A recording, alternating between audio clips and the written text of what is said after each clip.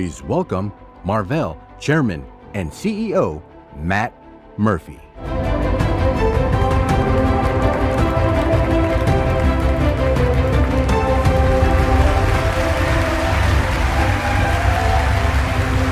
Morning, everybody. It's great to be here to kick off day one at Computex, and it's great to be back here in Taiwan. You know, the first time I came here was nearly 30 years ago. It was my first business trip to Asia. And I remember back then visiting some of the key technology companies here at the time. Many of them were still young, small companies, emerging companies. And today, those same companies have become the most important technology leaders in the world. Now, I've had the opportunity to come back many times and see Taiwan continue to grow in importance as one of the world's leading technology centers. And today, so much of the future of AI infrastructure is being built right here. I have a question for all of you. What defines the performance of AI infrastructure? Now, maybe you're thinking about the processor, the GPU, the XPU, or maybe it's the process node used to build it. 3 nanometer, 2 nanometer, or soon A14, A16. Those are great metrics. They tell you a lot about the speed, the efficiency, and the density of the compute. And AI workloads are certainly compute intensive. But that's not the whole story. Now you might say, well, what about memory? AI workloads are incredibly memory intensive as well. More memory, higher bandwidth, all of that matters. It's all critical, no doubt. But that's still not the defining characteristic of the system. Because one processor, no matter how fast it is, no matter how much memory it has attached to it, is simply not enough for today's AI workloads. You need tens of thousands and eventually millions of processors working together as a single massive compute engine. That's why computing at this scale is fundamentally a connectivity challenge. And increasingly, it is the architecture and characteristics of connectivity that defines the performance of the system. Now look, we've seen incredible breakthroughs in accelerated computing, and we've seen the emergence of high bandwidth memory to meet the AI challenge. But I'm here to tell you, the next major wave of innovation and scale will come from the underlying connectivity of these systems. And as those connections move from copper to optical, they will unlock new architectural possibilities. So today I'm going to explain why connectivity is becoming one of the defining characteristics and challenges of the AI era, and why this technology transition matters to optics. Now, this isn't something far out in the future. It's happening right now, this year, next year. We're in the ramp. And at Marvell, we've been preparing for this moment for nearly a decade. We built the company very deliberately around the infrastructure required to move data at massive scale. And to understand why we made that bet, let's go back in time, 10 years ago when I joined Marvell as a CEO. So prior to Marvell, I spent 22 years at one company, Maxim Integrated Products, which was a leading analog semiconductor company. And one of the unique things about working at an analog company is that your products go into virtually every piece of end equipment, every electronic system, every end market in the planet. So over those 2 decades, I had a front row seat to just about every major technology trend. First personal computing, then notebooks, digital still cameras, smartphones, eventually data center. And I watched wave after wave of technology reshape the whole industry. So I joined Marvell, and I didn't start off actually thinking about, well, what products do we have? I reflected on where the industry was headed.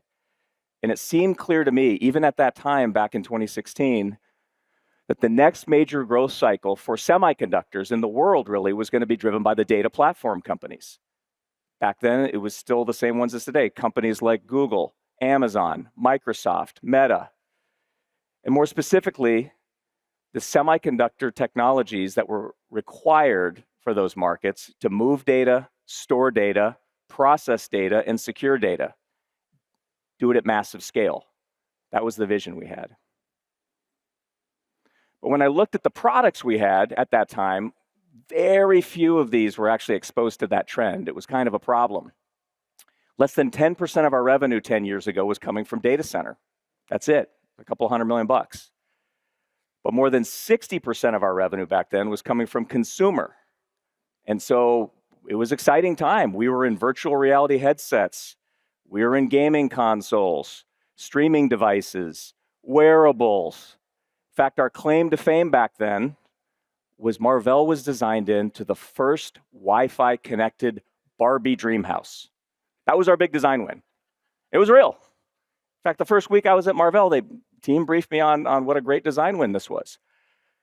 So that's where we were. So we had a vision. There was a pretty big gap, though, between the reality that we were facing and where we saw the industry heading. But we had conviction. So we decided to bet the whole future of Marvell on it. So to do that, we needed a clear vision. And our vision at that time was pretty simple. And by the way, this is still the same vision that we have today, 10 years later, which is build a best-in-class, pure-play company focused on semiconductor solutions for data infrastructure. Now, at that time, data infrastructure was not a recognized market category. It was the term that we used to describe the infrastructure that was going to be required to move the world's data, store the world's data, process the world's data, and secure it. But like I said, we were not in that business yet. And frankly, we didn't even have a lot to work with as we went after it. We had some. So my team and I came to a conclusion, which is that we would need to build these capabilities internally, and others we would need to build through strategic M&A. And we had to get focused, because when you're transforming, it's not just deciding about what you're going to do, it's equally important to decide what you are not going to do. So with that strategy in place, we got to work. We began systematically building Marvell around that vision. And it wasn't just one move. There was a series of deliberate choices. We looked for the premium assets in the markets that mattered the most, the best companies, best technologies, the best teams with the strongest market positions. Now, we first started by divesting businesses that weren't aligned with our strategy. You can see some of those there. Then very quickly, we acquired Cavium to strengthen our compute and networking capabilities. That was back in 2018. 2019, we divested our Wi-Fi business. Again, we were focusing. But we acquired Avera to establish our custom silicon business, and then Aquantia to bolster our connectivity portfolio. In 2021, we followed all that up by acquiring Inphi for $10 billion. It was our largest acquisition to date, and we got world-class data center connectivity technology into the company through that. And we acquired Innovium the same year, adding high-end data center switching capability to the portfolio. So then we took a break. We took a few years to digest and focused on unifying and building out our whole technology platform to address the data infrastructure opportunity. But over the last 12 months, we fired up the M&A engine again. We divested our automotive Ethernet business, again, power of focus, and acquired Celestial AI for its photonic fabric technology and XConn for scale-up switching.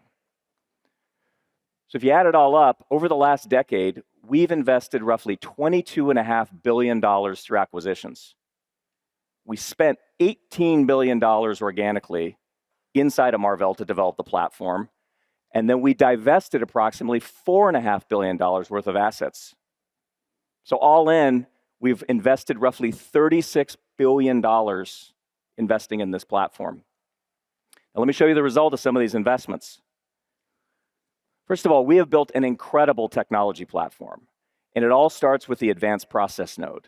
It's one of the most important decisions we made, actually, was to become a process node leader. Now, Marvell, Cavium, and some of the companies we acquired had all been fast followers, meaning you're like a node or two behind on everything you do. And that's largely a result of just not having enough scale. That's usually why people do that. But as we integrated these businesses, we made the decision that if we're going to compete in data infrastructure, we had to be at the absolute leading edge. No choice. Now, here's a little known fact. Marvell skipped 7 nanometer completely. We made a full node jump at that time from 14 and 16 nanometer all the way to 5. I mean, nobody does this. Nobody takes that kind of a risk or a bet, but we did, and it worked. It worked really well, flawlessly, actually. Our engineering team did an outstanding job executing this transformation. So in early 2020, we released our first world-class IP platform, complete with die-to-die interfaces, custom SRAM, high-speed SerDes, and more. Now, SerDes is a good example of how we built this platform. It combined Marvell's own core engineering strength with exceptional talent from Avera, Aquantia, Inphi, and others. Now, today, that is a 1,500-person organization at Marvell, second to none in terms of engineering scale and capability. So to support the process data portion of our mission, we built a best-in-class custom compute platform, working in deep partnerships with the world's leading hyperscalers. And that business has been doing very, very well for us. In store data, we built a whole portfolio of storage controllers, CXL-based memory poolers, and near-memory compute. But here's where we really went all in. And that was in data movement. And this is where our high-speed connectivity portfolio, and when you look at Marvell's data center business today, the vast majority of our revenue actually comes from connectivity. From high-speed optical interconnect inside the data center to long-reach optics between data centers to high-speed switching infrastructure. So today, we are the undisputed connectivity leader. And when you step back and look at what we built and where the market ultimately went, I think the results speak for themselves. So back in 2016, Marvell was a $2.3 billion company. As we embarked on the transformation, actually in the first 5 years, we doubled the company, $4.5 billion in revenue. Over the next 5 years, our growth accelerated. And according to consensus estimates on Wall Street for the current year we're in, we're set to grow about 2.5 times over the last 5 years to $11.4 billion. But in the recent couple of years, if you actually drill down, Marvell has been growing like 40% a year. So the growth rate is actually accelerating in the last few years. So at this point, Marvell is off to the races, okay? And based on the outlook that we shared in our earnings call last week, consensus estimates have come up and they expect us now to deliver $16.4 billion in revenue next year. So as I said earlier, when we started this journey, data center represented less than 10% of our revenue, and we bet the farm on it. Last quarter, it was over 75% of our revenue and growing very rapidly. So this is a very different company than we used to be, and the thesis is largely played out. But we're still in the early innings of this infrastructure build-out. The next phase is all in front of us.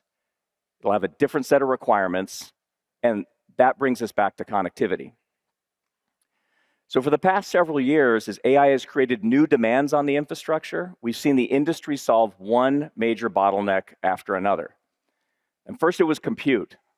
The industry needed dramatically more compute to enable modern AI. And NVIDIA did an incredible job leading that revolution, and along the way became the world's first $5 trillion market cap company.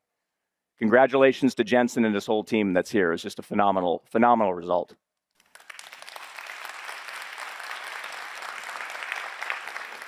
Next came the memory bottleneck. Larger models required enormous amounts of memory and bandwidth, and the memory companies are scaling aggressively now to meet that demand. And just recently, we've seen 3 new $1 trillion market cap companies emerge in that market. But the bottleneck is shifting again. Now it's connectivity that will define the limits of the infrastructure, just like with compute and memory. The industry will rally to meet this challenge. Now, this isn't just me saying this. This is what we're hearing from our largest customers. The world's largest hyperscalers are now reimagining their entire network architectures. They recognize that scaling AI infrastructure is now, first and foremost, a connectivity challenge. As reasoning models, mixture of experts architectures, agentic AI, it all continues to evolve. More data has to move across the infrastructure, demanding higher bandwidth and lower latency. And as workloads no longer fit within one data center, guess what? They need to build larger data centers or full campuses full of data centers and all the high-speed connectivity between them. Thus, the connectivity becomes a critical enabler of scaling compute. And increasingly, our customers recognize that optics is the way forward. And they're looking to leaders like Marvell to help them build larger, faster networks and at scale. So when you look across the semiconductor industry at the leading companies supporting this infrastructure build out, it becomes clear each of us is focused on a different part of the infrastructure. And that shows up in the revenue mix. Some of the companies are compute first. It means the vast majority of their revenue is tied to compute, with some of it tied to connectivity, but most of it's compute. And it's obviously a critical part of the stack, and that's why we have several trillion-dollar plus companies in this group. Then you have the companies focused on memory, and again, all trillion-dollar market cap companies at this point. It's unbelievable. And then you have Marvell. We're different, we're unique. Today, the vast majority of our revenue actually comes from connectivity. So we built this company around data movement. And today, the vast majority of our revenue comes actually from connectivity. Now, this spans a broad range of technologies. And even the portion of our revenue that's from compute, which you can see, is fundamentally because customers embed our connectivity in their compute engines. So this gives us a unique position and perspective on these technology transitions that are happening. And it creates a very different relationship that we can have with the rest of the ecosystem. We partner deeply with the compute companies. We partner deeply with the memory companies. These are very strategic relationships. And in many ways, we are the Switzerland of the industry, and we work with everybody. Now, one of the best examples of the role that Marvell plays in this ecosystem is the recently announced strategic partnership and expansion with NVIDIA. And as part of this announcement that we made a few months back, NVIDIA invested $2 billion into Marvell. And we're expanding our partnership now across multiple dimensions, including optics, photonics, NVLink Fusion. And I'm thrilled to announce that Jensen himself is here today. He's going to join me on stage. We're going to spend a few minutes chatting about the partnership, and we're going to see where AI infrastructure goes from here. So with that, let me please welcome to the stage Jensen Huang.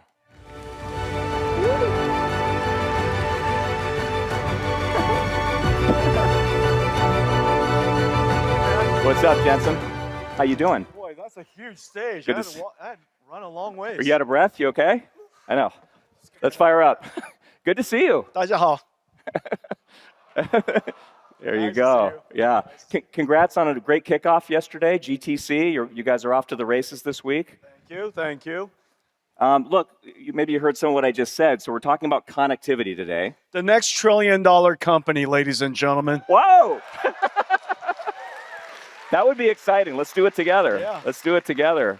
But it really all starts with what's happening today in AI infrastructure kind of more broadly. So how do you see that, like just from the big picture standpoint? We're at this extraordinary moment, customer demands through the roof. How do you see connectivity playing into this and the interconnect that's required? Yeah, that's really great. You know, yesterday I said that useful AI has arrived. It's the reason why your demand is going through the roof. It's the reason why my demand's going through the roof. Yeah. And this new computing pattern that makes it possible is called agents. And these agents has a particular computing platform, a computing pattern that is disaggregated and distributed. Mm-hmm. When you take a computing problem and you disaggregate it into a lot of parts and you distribute it across the entire data center, what's necessary is connectivity. That's the reason why Matt's doing so well. That's the reason why Marvell is so essential. We've distributed and disaggregated computing so that it runs across these enormous clusters so that we could get, we're aggregating the total compute, the total memory, the total bandwidth that we have. And what makes it possible is connectivity. Yeah, we're seeing it. And then as That's you think why about, they're going to be the next trillion-dollar company. We got a little work to do, but we're on our way. We're on our way. Thank you, Jensen. Well, let's talk about scale. I mean, we used to talk about tens of GPUs and CPUs and XPUs connected, now thousands, now maybe millions at some point. So as you scale the compute and you scale the connectivity, I think we talked about things like agents, but how do you think about that, across data centers, within data centers? How do you think about connectivity at large playing that role? And what kinds of technologies do you think are important there? Well, at the foundation of it, the agent computing pattern requires an orchestration system that allows the large language models, the computing, to be able to think and reason and come up with plans. but it also has to use tools and browse the internet, access memory, access long-term memory, deal with short-term working memory. All of that requires a lot of connectivity. But it's also the case, and if you look at the way we introduced Vera Rubin, Hopper was designed for training. Yeah. Grace Blackwell introduced NVLink 72, our first scale-up fabric.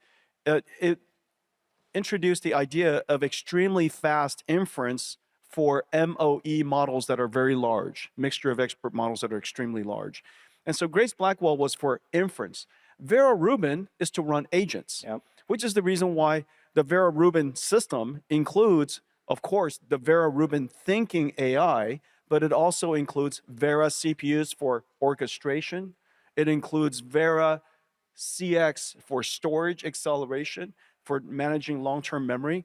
And the way that I think about these systems, sometimes maybe the CSP wants to design their own custom chip. And between us, we also partner together on NVLink Fusion, which makes it possible for you to use the same system architecture, and with Vera Rubin inside, some of your semi-custom chips, a lot of your interconnect, silicon photonics and optics and technology such, and we can create essentially a disaggregated, distributed, and heterogeneous data center. And so that's the big idea. Yeah. And yet their system architecture is identical. Their networking technology can leverage a lot of NVIDIA stack. The CPU could be Vera, and yet it can leverage a lot of your stack. So NVLink Fusion is about taking NVIDIA's technology and our platforms, Marvell's technologies and we fuse it. That's why it's called Fusion. Yeah. No, I think about the partnership, and we've been working together a long time. I think memorializing it with the investment, which we really appreciate. I think it's been huge for us. We're honored to have it. Who doesn't love making money? It's nice to give. It's done well since you invested. Boy. So, when Jensen invests, love just follow getting him. rich. Just follow him. Give Matt all my money and just watch him make money. That's what I'm doing every day. I love that. That's what I'm doing every day. Yeah. But I think these things you talked about, which we brought to fruition, NVLink Fusion, working together on optics. I mean, I think the era of agents and kind of your new platform now, I think it's ideally suited. I mean, NVLink Fusion, we had this idea years ago, right? But I think it was a little ahead of its time. And now, and I wanted to see if you agree, when you think about kind of your platform and then some of the custom networking and compute needs that our customers have, and the ability and the need to interoperate and work together, it seems like the time is now between Marvell and NVIDIA to really go enable our customers to have that flexibility that they're looking for and really use the era of agents to scale our platforms together. Yeah, ultimately, I do think that if you buy nothing but NVIDIA, it's okay. Okay? I mean, if you absolutely must design your own ASICs, we're still happy having NVIDIA be inside that data center. And so, you don't have to buy everything from us. Just buy something from us. We're happy to support you and support the customer. And so I think that between the two of us, you have the benefit of a general purpose, very high efficiency, a system that is very well built, starting with, of course, Vera Rubin. But anything that you want to extend, to specialize, you can do so as well, which is the reason why your customers and mine, NVIDIA's in AWS, Marvell's in AWS, NVIDIA's in all of the clouds, and it's wonderful to see Marvell expand into all of these different clouds. Yeah, great, thanks. Hey, one last one for you. Just leave some business for me, Look, we're your best salespeople right now. Well, you have great I'm salespeople. your best salesperson.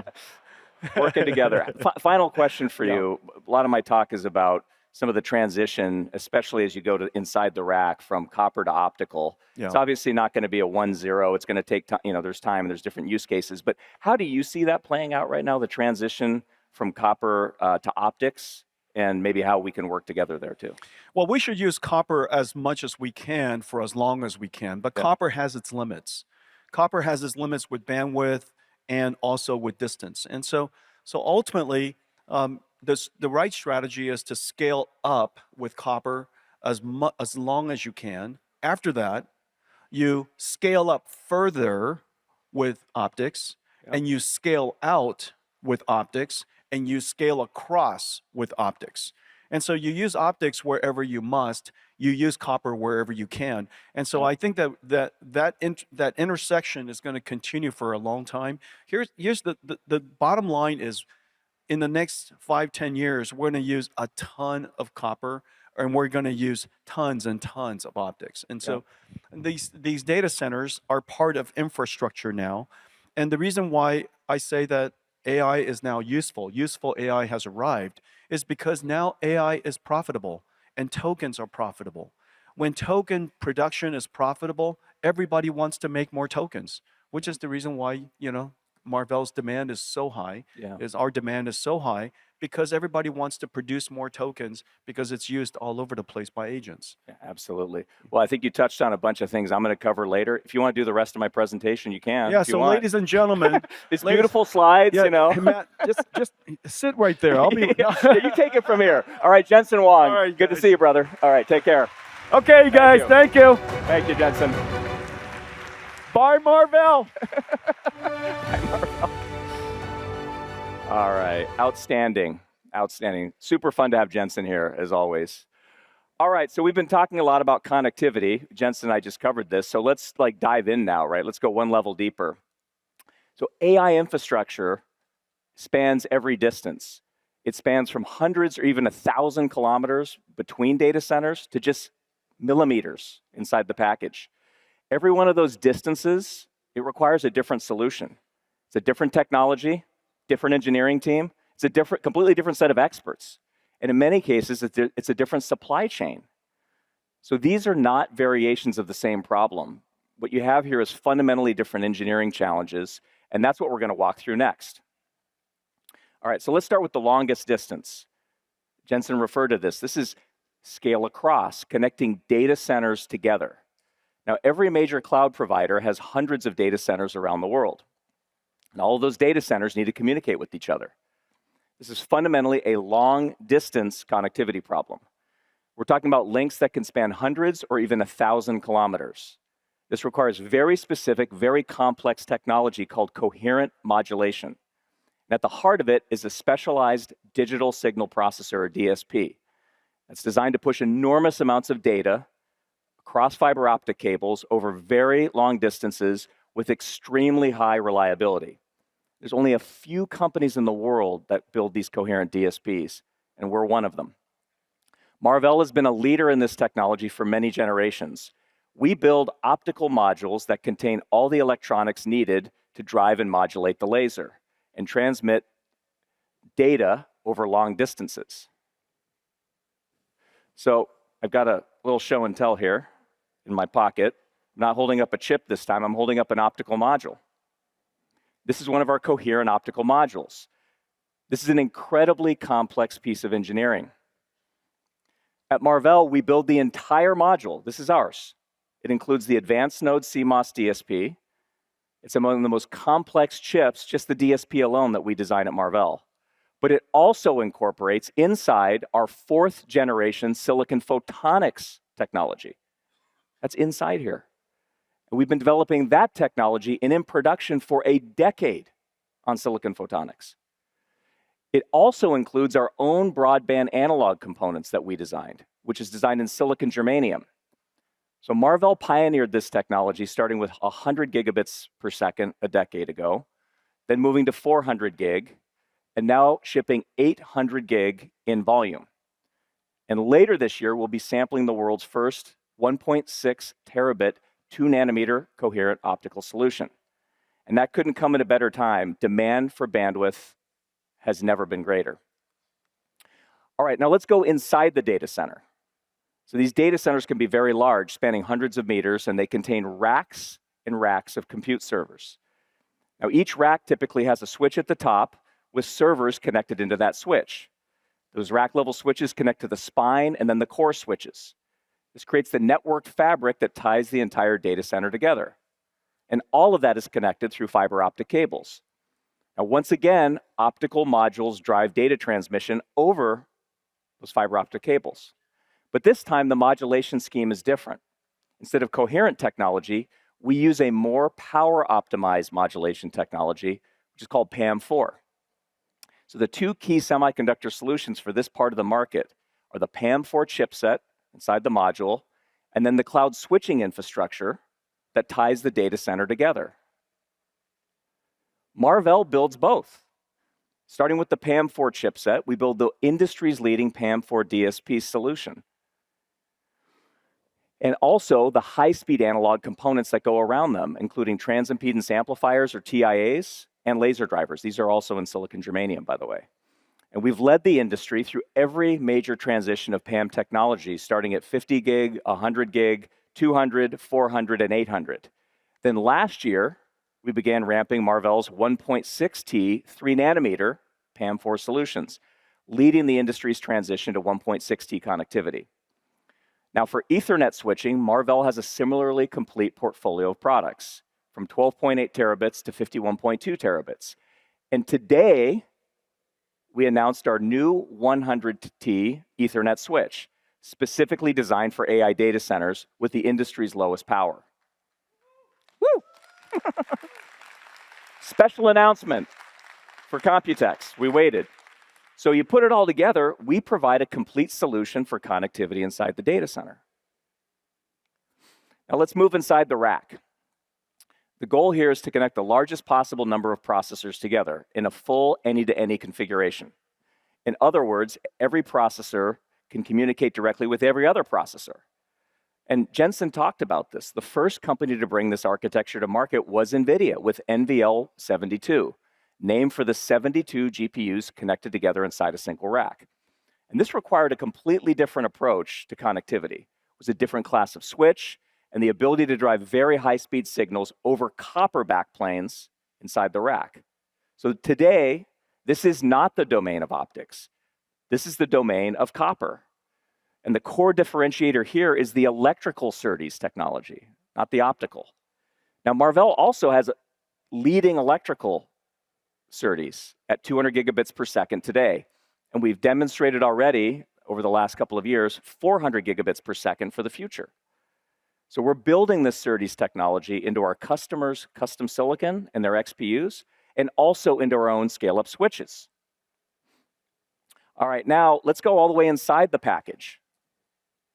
Here we're not talking about meters anymore, we're talking about millimeters. And you might not actually think about this as a connectivity challenge, but today, most advanced chips have multiple chiplets inside the package. So when you have 2.5D or 3D packaging, it's fundamentally a connectivity technology, actually.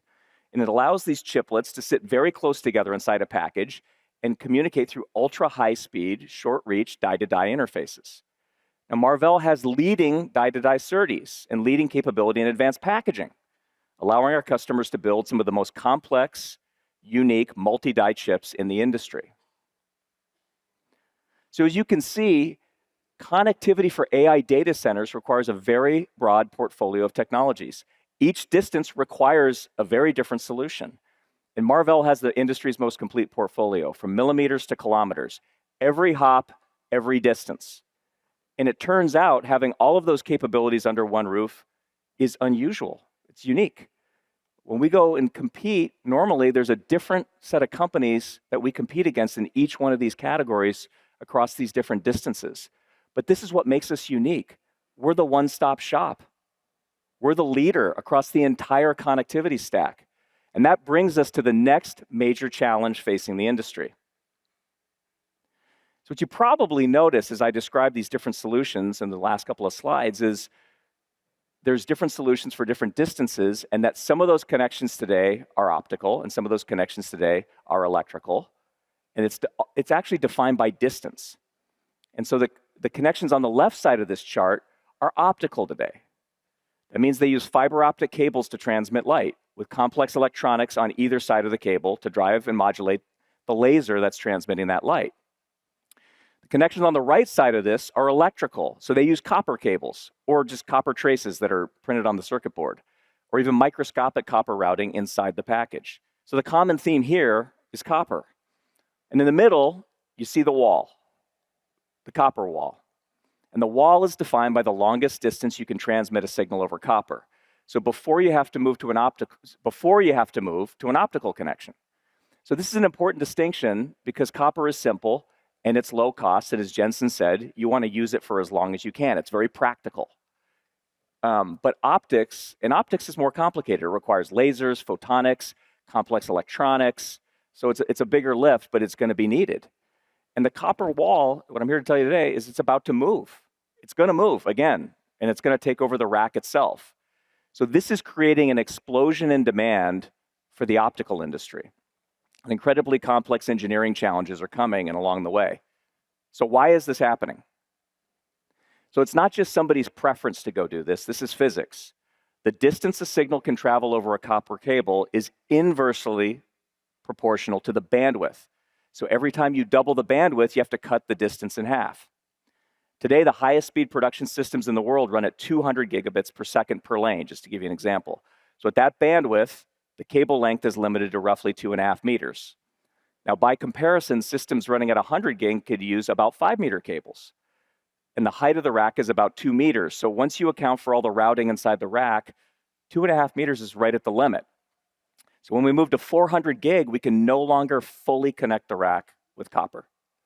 So the wall is moving, and it's moving now. And going forward, even the connections within the rack will become optical, and the whole industry knows this is coming. So we've been preparing for this moment, not just Marvell, but the industry. And you see this in Taiwan, by the way, in the supply chain and the ramp up that's happening. The ramifications for this are actually enormous, because each time the wall moves one step to the right, the number of connections that you have goes up by at least an order of magnitude. So it's creating this explosion in demand, as I mentioned, and the optical supply chain needs to scale up massively and be ready. But we've seen this movie before, okay? I mean, 20 years ago, and I remember this, when state-of-the-art was 10 gigabits per second inside the data center. It was 10 gig. And we used copper cables all across the data center. Optics back then was reserved for just very, very long distances. It was essentially like a telecom technology, but when the wall moved, the optics industry actually rose to the challenge. And today, all the hyperscale data centers in the world, they're all optically connected. And as we saw in that transition, it did require new solutions. You couldn't use the same power-hungry kind of telecom approach, which is where PAM4 came in. It was optimized for power, density, and reach, and requirements specifically tuned to inside the data center. And Marvell was one of the key innovators there. So we're about to see the same wave of innovation needed as optics moves inside the rack. And that's with a technology called co-packaged optics, or CPO. You hear a lot about this now. I'm going to tell you more. CPO is a technology where we bring the optical connections all the way to the package itself, right next to the compute, either the custom compute or the switching silicon. And the fundamental challenge we're solving with CPO is density and power. Now remember, the number of connections inside the rack is like 10x the number of connections between the racks. So if we just try to use the same optical technology used across the racks in the data center, you wouldn't have enough power, you wouldn't have enough physical space, you cannot fit all these standard optical modules and cables as they are today. It just doesn't work, it's not possible. So the industry has been inventing this co-packaged optics concept, which brings the optical fiber right to the package, and it tightly couples the electronics that drive the signal over the fiber directly with the custom compute or switching silicon. So this is a massive change, and it's hard because you're combining some of the most advanced technologies in the chip industry, leading edge CMOS, silicon photonics, advanced packaging, optical interconnect, all manufactured in a small, tightly integrated system. So the complexity is very high, but it's the only way to continue scaling bandwidth and overcome this limitation that I talked about with copper, while reducing power at the same time. So this is where the industry is headed, and this is one of the reasons that Marvell has invested for more than a decade in silicon photonics, optical DSPs, all the analog broadband components around it, and all the advanced packaging you need to pull this off. It needs to all come together actually in CPO. So this isn't some futuristic thing, guys. Okay, it's happening now. And in fact, I brought a couple of Marvell examples with me today, so let's do a quick show and tell. Okay, so over here you have a traditional Ethernet switch. This is our 100T Teralink switch that we announced today. And you guys are the first to see it, actually, everybody here in the room. You can see the switch in the middle of the board. Copper traces inside the PCB carry the signal to the front panel, which is here, and this is where all the optical modules plug in. Now, let's move over here. This is a CPO-based switch right here. Now, notice that there's still the switch silicon in the middle. That's right in the center of the die, of the package. In this case, this is our 51.2T switch, and all around the edges are 16 3.2T optical engines. So the 16 times 3.2, you get 51.2. So this is the fiber is directly attached now to these engines. It's not to the front panel. So we've completely eliminated the copper traces on the PCB. Light comes directly out of the package. Okay, this is a very, very complex piece of engineering, and it was very cool to be able to show this off today. Okay, so co-package optics is here, and the industry is scaling up to meet the challenge. And as we've seen time and time again, every time we reach a physical barrier, we break through it with technology and innovation. In this case, by replacing copper with fiber, because unlike electrons traveling over copper wires, the distance that photons can carry a signal through glass is largely unrelated to the bandwidth. So as AI infrastructure demands even higher transmission speeds and needs to scale to larger and more complex systems, spanning millions of processors woven together now, not thousands or hundreds, optical connectivity will increasingly become the de facto solution. So the real question becomes, what does it take to deliver optics across the full AI infrastructure stack? What's it going to take? Well, it starts with recognizing there is no single technology for the entire data center. It's not how this works. There's no one-size-fits-all. There's no one-size-fits-all solution. There's no shortcuts. There's no easy way to the end here. There's not a single architecture, modulation scheme, frequency band, unique technology that's going to do it all. There's no free lunch. That's why we are pursuing a bunch of different unique optical paths across every distance to get here. Each one of these technologies that I have up here is optimized for a different design point. Each one enables a critical part of the infrastructure and addressing different requirements for density, bandwidth, and power and integration all across the stack. So if optical interconnect is the underlying technology for which next generation AI infrastructure is built, then Marvell is building the broadest portfolio with the deepest bench in the industry. But no company can deliver this transformation alone. And as Jensen talked about earlier, right, it takes an ecosystem to get here. So, like I said, technology innovation is great. It's part of the challenge, but not all of it. But demonstrating this at scale is really what matters. And at this point, if you're just operating on a PowerPoint or a demo, a POC, a press release, it's not going to get you there. Customers need solutions now that are ready, they're reliable, they need to be manufacturable and be ready to deploy at scale. So Marvell and our ecosystem partners have been doing this for a long time. We've already shipped hundreds of millions of DSPs. We've accumulated through our volumes tens of billions of device hours of data in the field. This experience matters because these products have to work, not just in the lab, but in the world's largest data centers at very high volume and very reliably for years. So that requires investing ahead in the manufacturing ecosystem. You've got to build the capacity and the supply chain infrastructure before the market arrives. This is why the ecosystem matters so much. And it matters a lot here in Taiwan, by the way. Now, one of our most important partners at Marvell in this journey has been Advanced Semiconductor Engineering, or ASE. Now, ASE is one of the world's leading semiconductor manufacturing companies. They have more than 100,000 employees with operation in Asia and actually all around the globe, with a decades-long track record of helping enable pretty much every major technology transition we've gone through in the semiconductor industry. Now, leading ASE through this period of transformation is someone that I know quite well. He spent more than 25 years helping shape both the company and the industry. Today, I'm thrilled to have my next guest speaker come up, which is ASE CEO, Dr. Tien Wu. Tien, please join me on the stage. Thank you.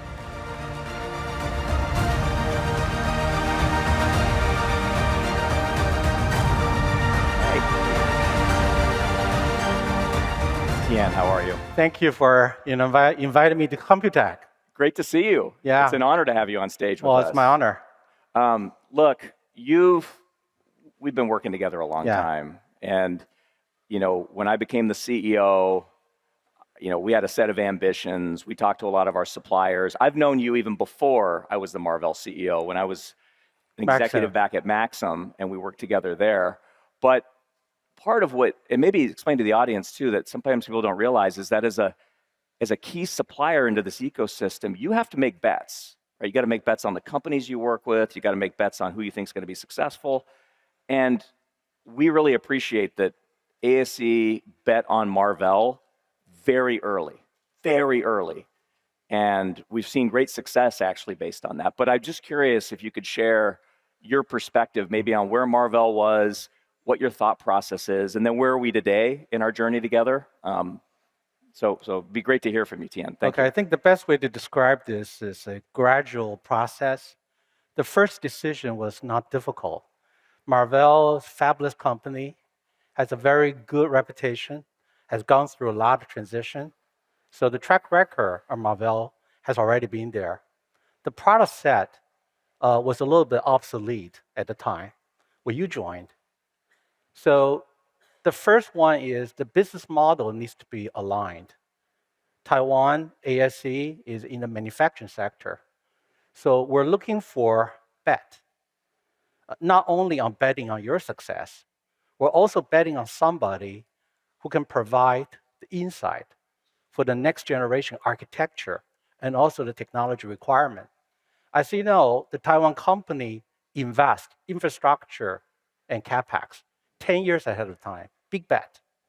We're only counting on whatever capacity we put it in will be needed and will be utilized. Right. That's how we make money.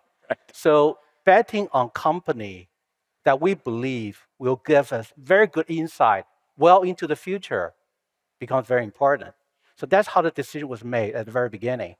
And for the last 10 years, I'm just really happy. Everything that we talk about, it was a dream 10 years ago. It was a dream. And today, we are going to ship it. And you just mentioned that you're going to have 40% growth for the next few years. I believe you're going to beat that. Right. So we're busy now preparing the capacity for you. Yes.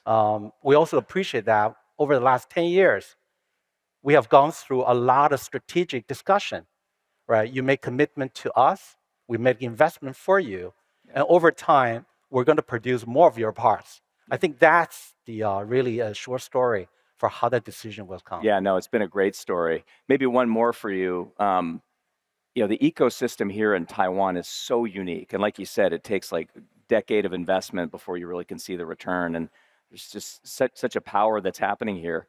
How do you describe it to people here? And also there's a lot of people around the world watching.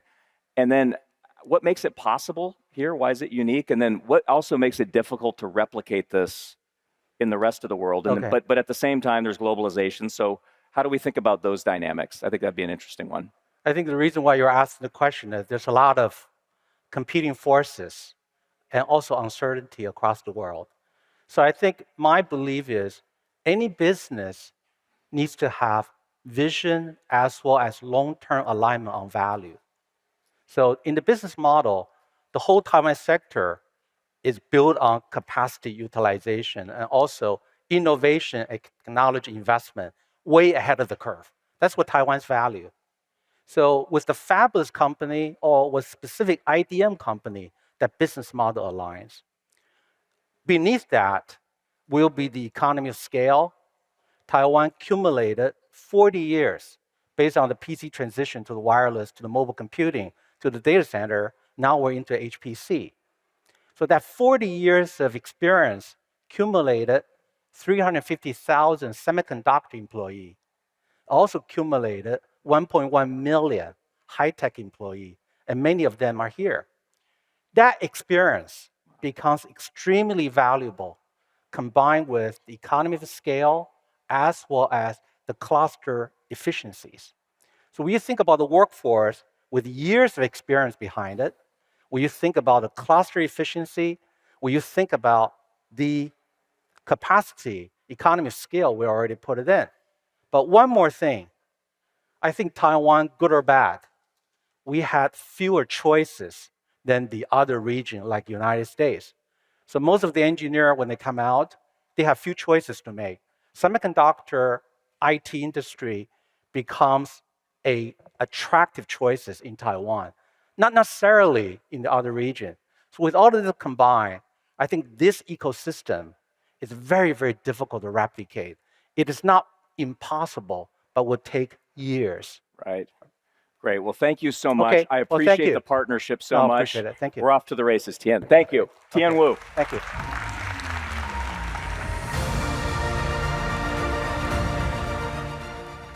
Okay.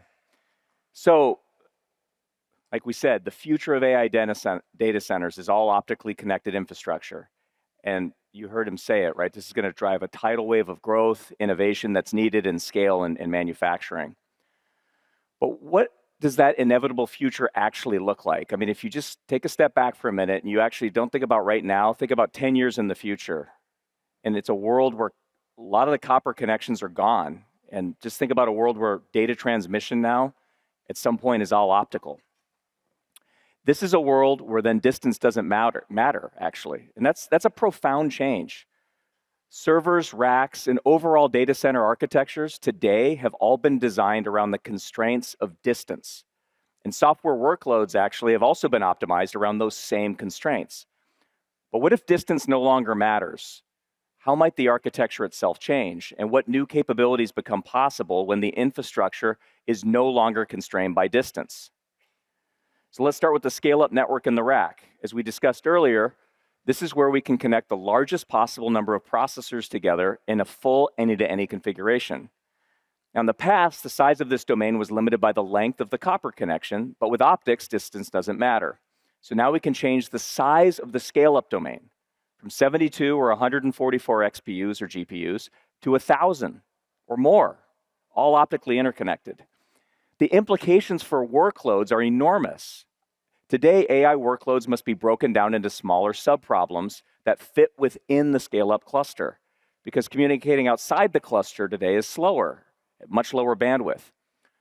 But optically interconnected systems can manage workloads on an order of magnitude larger. And it does not stop there, by the way. What happens when the optical connectivity comes inside the server itself? Modern AI servers are composed of a certain number of CPUs, XPUs, memory, and network interfaces. And the reason they're all in the same system is because of distance.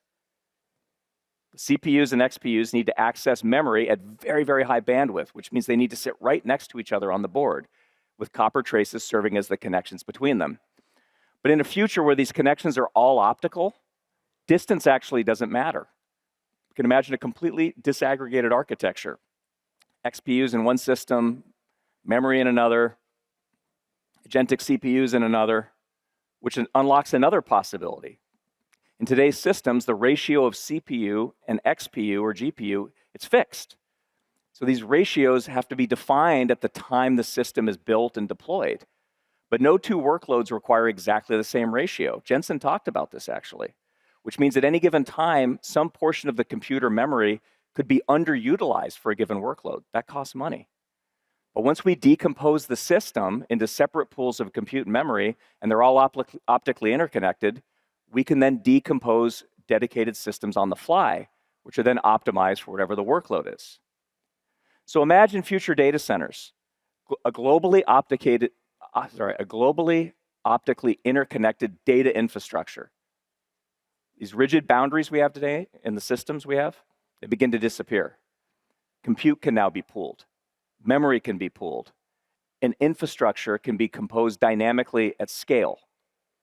For the first time, architects can begin designing AI systems around the needs of the model, not around the limits of the interconnect. So this is where AI infrastructure is headed. It's a data center without distance, where compute, memory, networking, and photonics operate as one unified system, where millions of resources across the data center can work together as if they were one machine. An architecture defined by the needs of the workload, not the limits of the connectivity. We believe this is the next era of computing infrastructure, and Marvell is helping build the connectivity foundation that will make all this possible. Thank you very much for your time today.